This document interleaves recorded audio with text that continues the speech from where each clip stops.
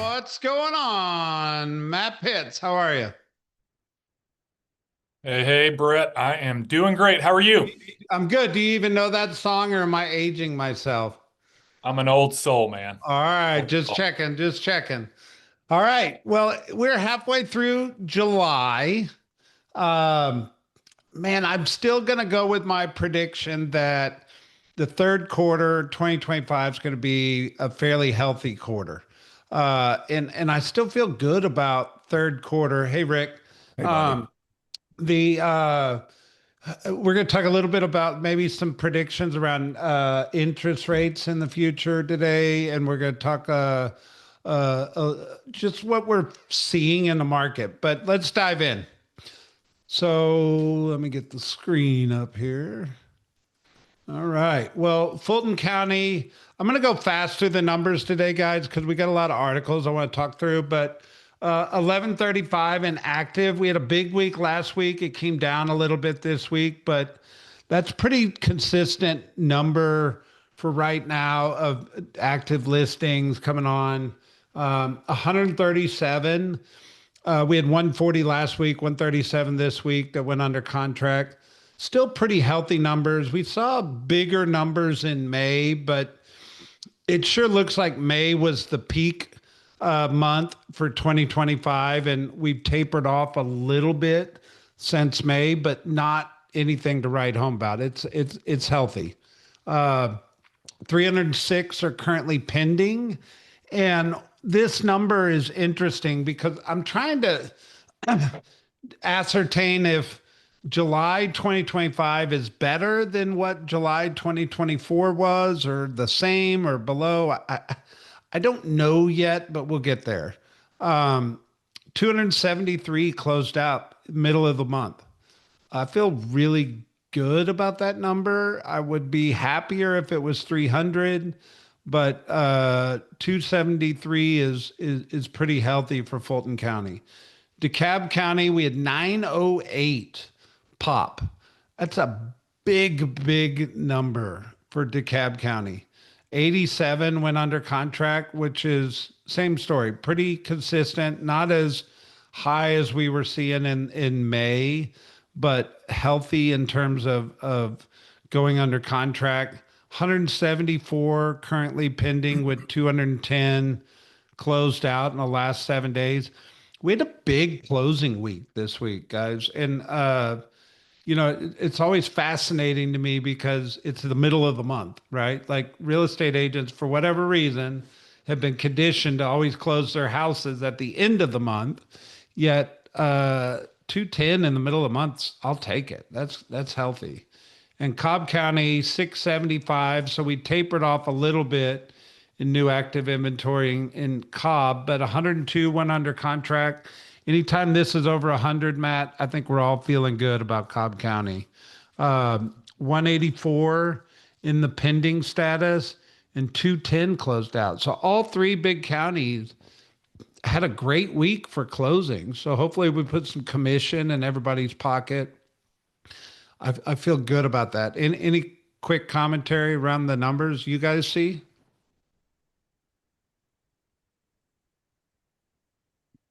Nothing to report other than consistency and some modest improvement. And I think that's always a good sign. Absolutely. So I wanted to get this up here. We need to update June, but the are we ahead or behind last year? It's pretty consistent that we're a little bit behind what 2024 was in terms of home sales in Atlanta. Um, the is I mean, look at the drop from May to June in 2024. And what I'm anticipating, June outperformed June last year. And we're hoping for a big July. Yet I think May might have been our peak month. We'll see. Um, the other thing I wanted to point out on this call is days on market. Let me get down here to it. Um, all right. So you will see on this chart when it loads that historically, history tells us days on market are the highest that December, January turn of the year. And days on market get down to their lowest point in the middle of the summer, and then it climbs back up as the year goes forward. Why is this important? We started the year at 37, and it dropped down to uh, basically 18 days on market currently. Well, we don't know June yet. Luke's looking into it, and we'll see if we can get it up here in just a second. But the point that I wanted to make is we're anticipating days on market, just like every other year, with the exception of the pandemic, to continue to climb from this point to the end of the year. And what do you do with that information? I think your listings are going to probably sit a little bit longer as we track towards the end of the year. I think you've got to have a little bit longer marketing strategy, a little bit uh, better expectation conversation with your sellers. I don't know, Rick, Matt, thoughts? I agree 100%. I think including in seller expectation, this would be a great slide to share with your sellers every week in the seller follow-up plan you have, just for expectation and providing some sense of normalities to that listing to keep it within your grasp. Yeah, I mean, it's the greatest show of professionalism is when you show up and can express expectation and reality and they're aligned. Yep. I think expectation is when every relationship breaks down, or the The broken lack. expectations, right? Whether it's Right. your marriage or your relationship with your seller or your best friend, it doesn't matter. And one of the reasons we go through all this on this call is to help you set expectations better. Well, Brett, and also I think the 99% of listings are lost because of a lack of communication at some point. And Yeah. this gives you such an easy opportunity to share that and stay in communication that you are doing work for them to keep that listing. And you see it here, like the blue is 2025 and it comes down. But if you look at, I'll just take the previous years off here. Look at last year. It came down, it bottomed out in May, and then climbed back up to December. We're expecting the same kind of graph to happen this year. So it's just another way of looking at it, right? And I just want to remind everybody, you see these three little lines? All you got to do is click these lines and you can download these charts to put them into an email to a seller. You could download these charts to put into a listing presentation, a buyer presentation. It's very user friendly to give you that information so you can be the economist of choice. So can I add one thing, Brett? Yeah, please. And this is almost a question more than even a statement. This would not include relists. I'm assuming it pulls straight out of FMLS based on the data. If you listed it 3 times in a row for 90 days and then it went under contract in 20 days because you priced and conditioned it properly, I think that's accurate. So be careful showing this because I mean the way it looks here is that things are still flying off the roof in a few weeks and the expired numbers are going up and then the relist numbers are going up and it's not exactly accurate. So make sure these are the absolute, blue ribbon winners. These and then you pick a strategy based on their expectations so that it aligns again with the market's reality. Yep. And just to cap that off, Brett, I think this is the general overview of price points, right? The absorption report and really honing in onto the local price point and the local area that you're in will give a more specific example. This is general Atlanta data. Exactly. Oh, This is just a 100%, starting right? place for the conversation. There you go. Good All job, right. Matt. That's exactly right. Let's dive into mortgage rates. It's a big talking point this week. So as of 4 p.m. on Friday, they published these rates at the close of business the previous weekday. So the 30-year fix closed out at 6.81 on Friday. Matt, good, bad, neutral? What would you say about 6.81? I think it's neutral, right? Yeah, I agree. Not moving much, not going up, not going down. It's still the same conversation right now of people still have to buy and sell real estate for different reasons, but nothing drastic that I'm seeing. I agree. I agree. I think it's neutral. And I want to give you some context around it. But before I do, I never hesitate to mention 15-year fix, FHA, VA. These rates are the spread between these rates and the 30-year fix are worthy of a conversation. It's worthy of a consultation with a great loan officer. Uh, I think if I was consulting a buyer today and they just got pre-approved and they were in the price range that qualified for some of these other products, I would bring that consultation to the table and say, "Hey, did your lender talk to you about this? It might be worthy of a conversation," and just purpose of that. All right. If you've been around for any length of time, there's a guy named Logan Motsashami, and I'm probably butchering it, but you should follow this guy on Instagram. He not only is an incredible personality on Instagram, Hilarious. he Hilarious. is hilarious, but he is in tune with the nerdy part of our industry, the data, the mortgage, the all this stuff, and he's a big source of information. But I'm going to do my best to explain this, and Rick, Matt, please help. So, for years, we've talked about how the 10-year treasury, you can see here at the top, the 10-year treasury right now is at 4.47%.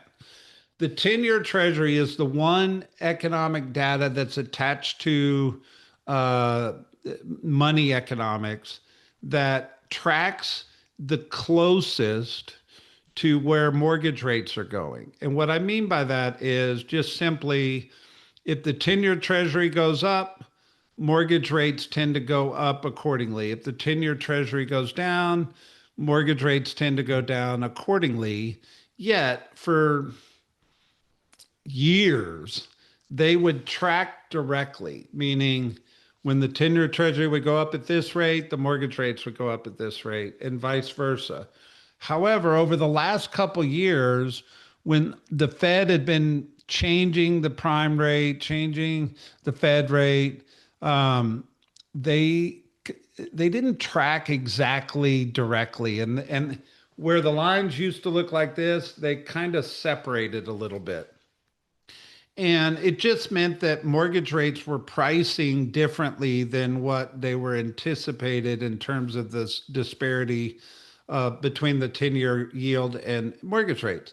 However, they're almost back to normal, the mortgage spread between the 10-year treasury and the mortgage rates, which is probably healthy. And what I read into that is the fiscal policy in the United States is probably more stable today than it was over the previous years, where inflation got out of control, the Fed was making a lot of changes, the mortgage industry was trying to price accordingly, and it just got out of line and it's back in alignment. However, this is the paragraph we need to discuss. So, what it says is mortgage spreads have improved significantly since 2023, leaving us just 0.49% from a normal level based on the data we use. This means we can achieve near 6% mortgage rates without the 10-year yield dropping below 4%. Remember, it's at 4.47 right now. So the goal, if the goal was to get mortgage rates back down to 6%, we don't need the 10-year treasury to go way lower than 4% to accomplish that.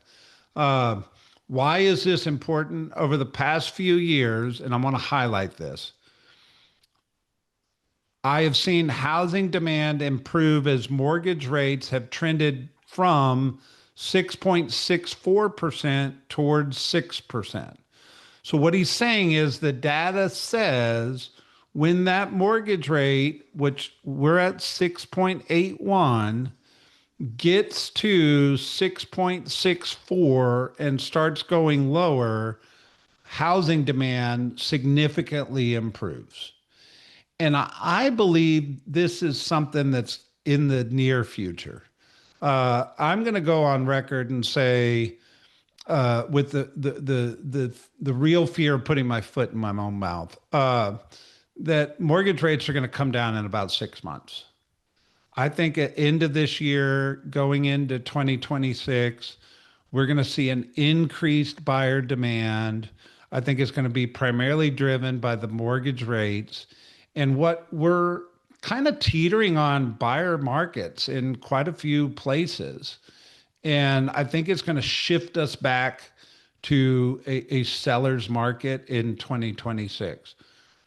Agree, disagree, fight me. I'm okay. That's just my thoughts. What do you got? I'm not going to disagree, but I would cautiously warn the listener to don't bank on it. My advice is pretend nothing changes, and even if it depreciated a little bit circumstantially, or the dynamics of the world we live in, play to win. Like that, let that be the outside noise or narrative. In other words, now is a perfect time to buy. Do not wait to the end of the year hoping Brett's dream, vision comes true. And I think the shift's going to be subtle, not significant. And I don't think it's a lifestyle impact number. Yep. I Yeah, really, Go ahead, Brett, Matt. I was just gonna say really good job with that article. I think it wouldn't be an industry update without Brett taking a stance. So I appreciate you. And And I like the and optimism. yeah, Hey, and the prediction. Logan, Mark Jones mentioned it in the comments, but Logan does a podcast on Housing Wire every week with, I don't know her name, but he describes stuff like this in a very applicable way. So it's similar to what Brett just did. So I highly recommend it's about 20 minutes each week. Logging in, listen to that because he does exactly what you just did, Brett, in our terms where we can understand. I'm not that smart like you are, but he can make it in a sense where you can educate your clients. So. Yeah, he does a much better job than I did. But I think since I've been following him, he's pretty spot on with his predictions, and he's pretty neutral in how he explains it. Um, and it just basically saying we know a truth is if the mortgage rates go from 6.64 towards 6%, we will see an increase in buyer demand. Now, the question is, are they going to do that?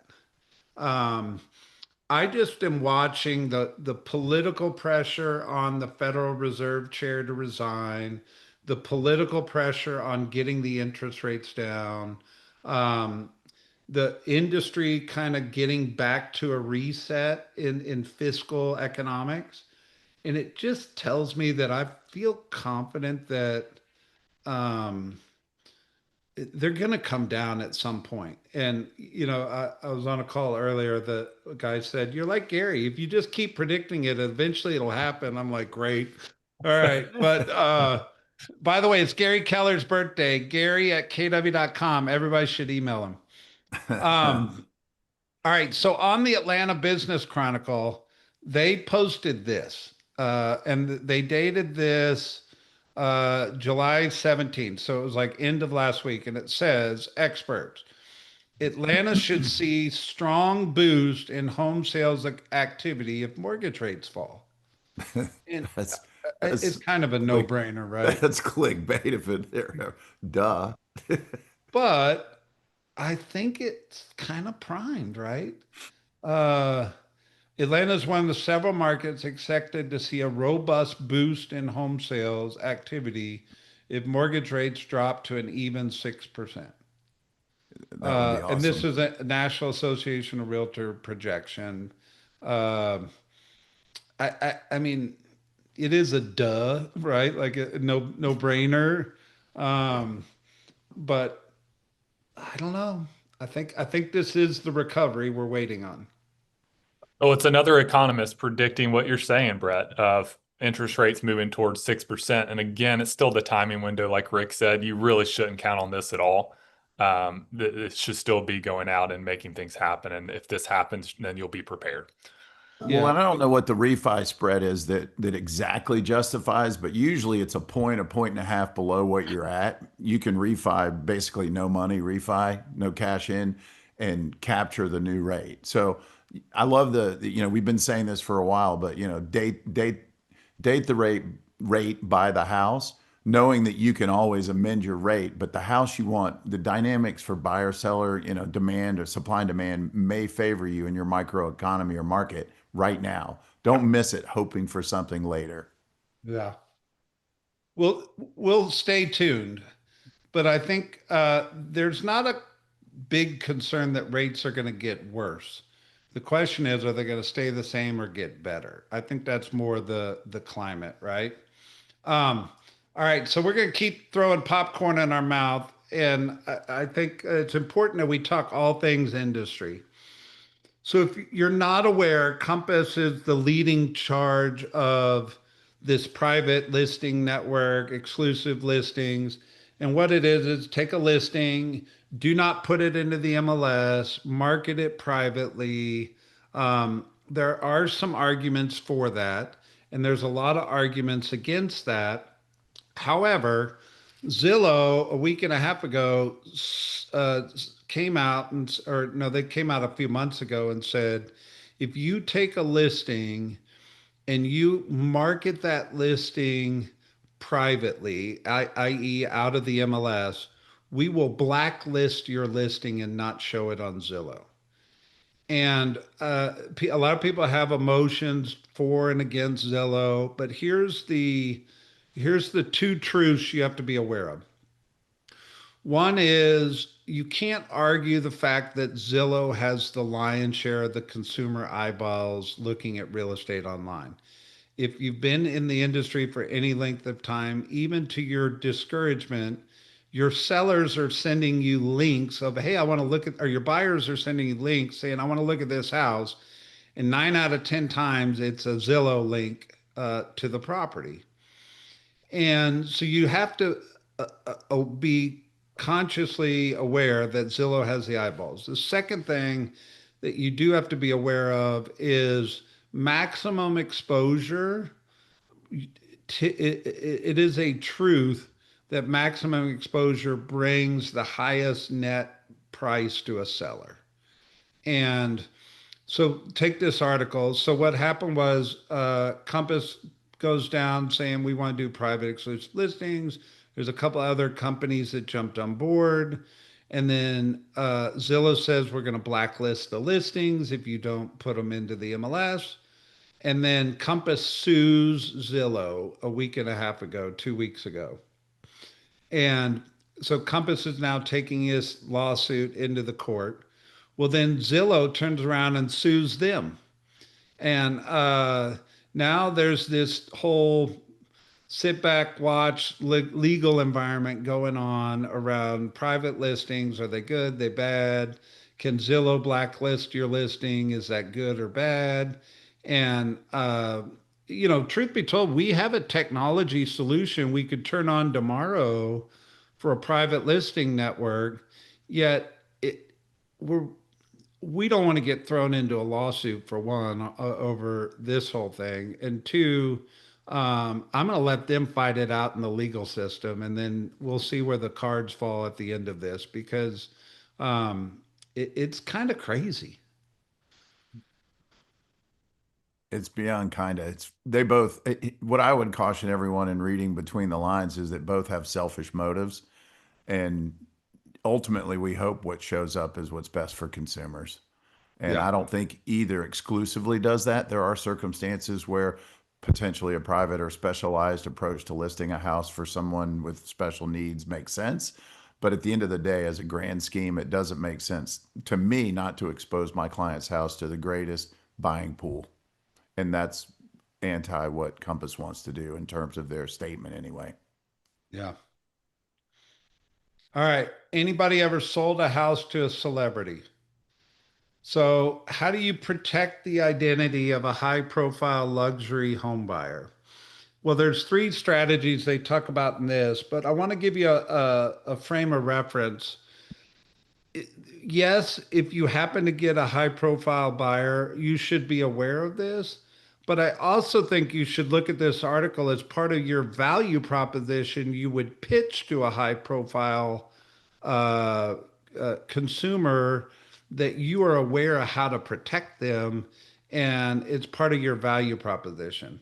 So the first one is, do you know how to help somebody buy a home that keeps it out of their name? Do you know how to help avoid taking title in a client's name?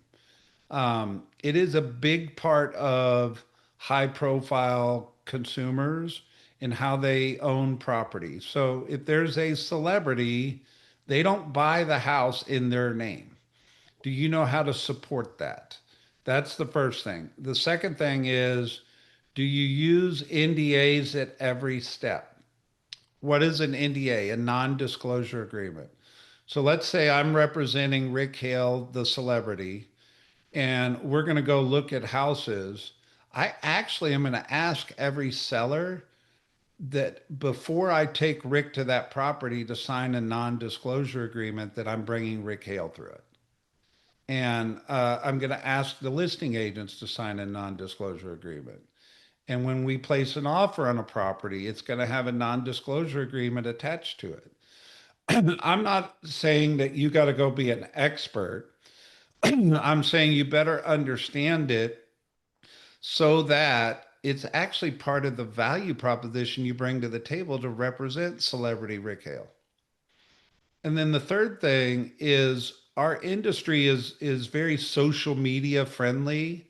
And I have watched people post photos with celebrities going, we just closed this house and things like that. I actually think that the real representatives to the stars are very conscious not to be on social media. It's self-serving to be on social media. I get it. You make your own choices, but there's this in discreet representation is probably what the real high profile people want.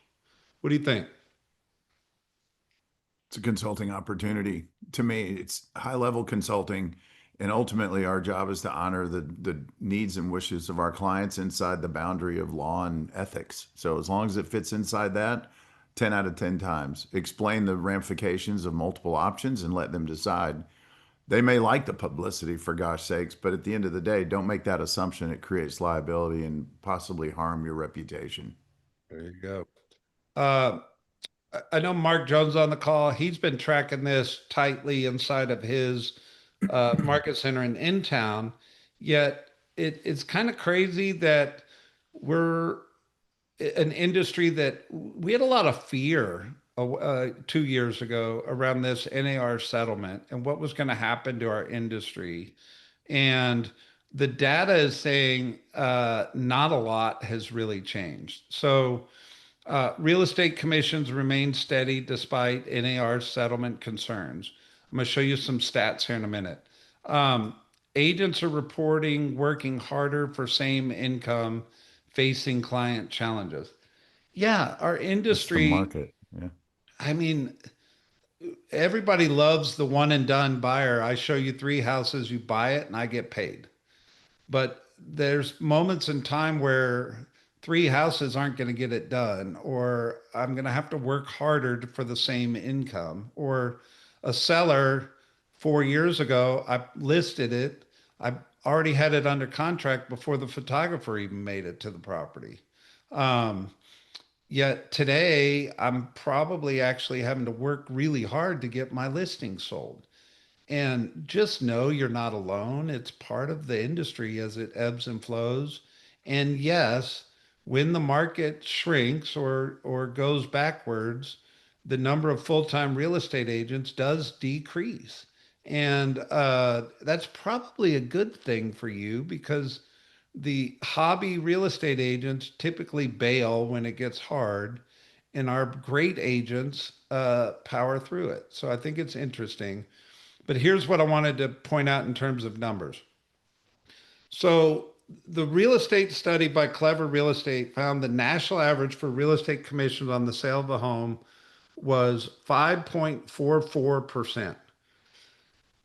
So I find that interesting because I think most people tend to think we're a 6% industry. We charge a buyer three, we charge a seller three. Um, Yet there's still quite a bit of discount going on in the real estate space, not necessarily by us, but discounted brokers and things like that. But it was up from 5.32% in September last year. But if you go down even further, it's saying in the research, the average commission a seller's agent was making is 2.77%, and the average commission a buyer's agent was making is 2.67%. So I was a little taken back by that because I think the assumption is every buyer's agent's getting 3%, or damn close to it. And the seller's agent was taking the hit if there was any kind of a discount.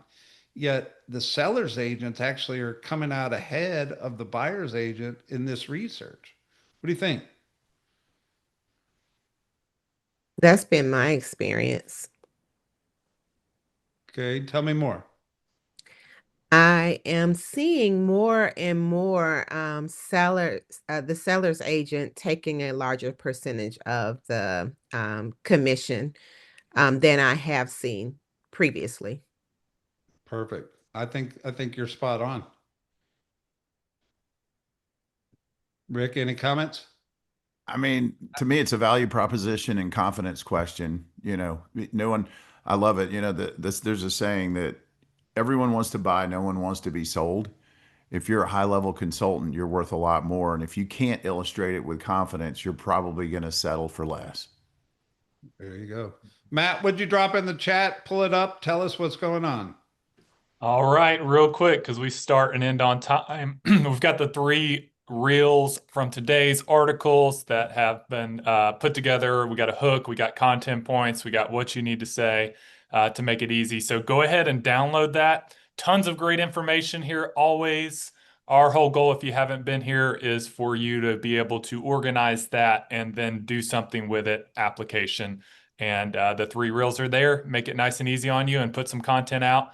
And who should they tag, Brett?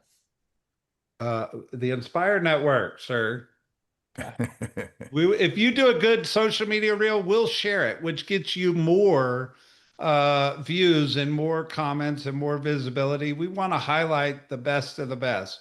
So tag us, make us a collaborator, and we're happy to do it. Matt, if you were to read this, what does it sound like?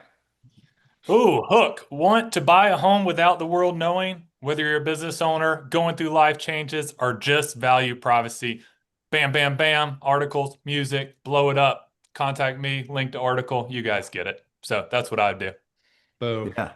All right, Knowledge without execution is simply trivial pursuit, man. This is the rubber meets the road opportunity to go do something with what we share. love it. Love it. Happy All right. Monday. Enjoyed it. See you, Bye. gentlemen.